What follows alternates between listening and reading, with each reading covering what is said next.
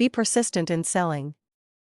As a salesperson, you must be persistent in selling, or you are out of business. In order to be able to do so, you must start from your mindset and make it automatic. You can make it automatic through practice.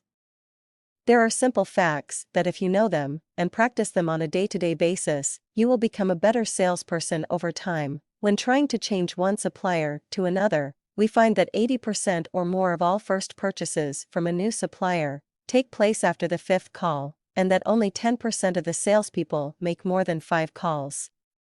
50% or more of the salespeople make only 1 call.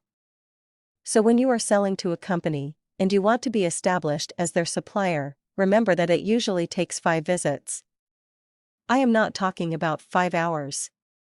I am talking about 5 visits, going to their office, talking to them, telling them that you are available, and you have the products or services.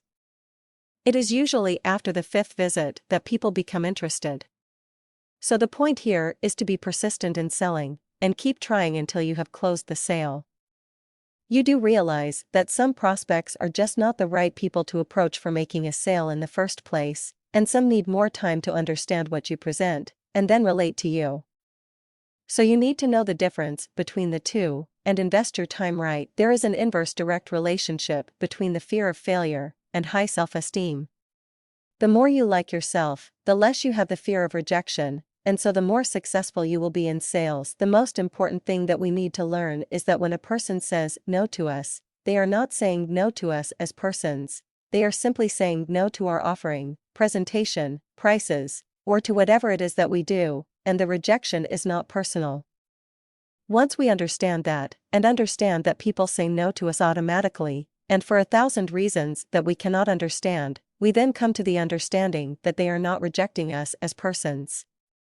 So if you change your approach, you might make the sale to the same person the next time. The biggest mistake that we make is that when we hear too many no's, we start thinking that it is us that is being told no to, and since it is so depressing to be told no to, and be rejected continually, we stop making calls. We start cutting back on our calls to an hour, or an hour and a half a day, and you know what follows. Studies have shown that there is a 1-to-1 direct relationship between self-esteem and sales earnings. The more you like yourself, the better you make sales. All sales that are being made are driven by the friendship factor. The friendship factor simply says that the person does not buy from you until they are genuinely convinced that you are their friend, and you are acting in their best interests. In other words, the very first thing that you need to do in a sales interview is make a friend, and then you can make your offer. Be persistent in selling. Change your approach as you come across different people. Try to understand people as human beings with complicated yet communicable emotions. Treat them as you would like to be treated, and you can definitely make the sale. Thank you for your attention.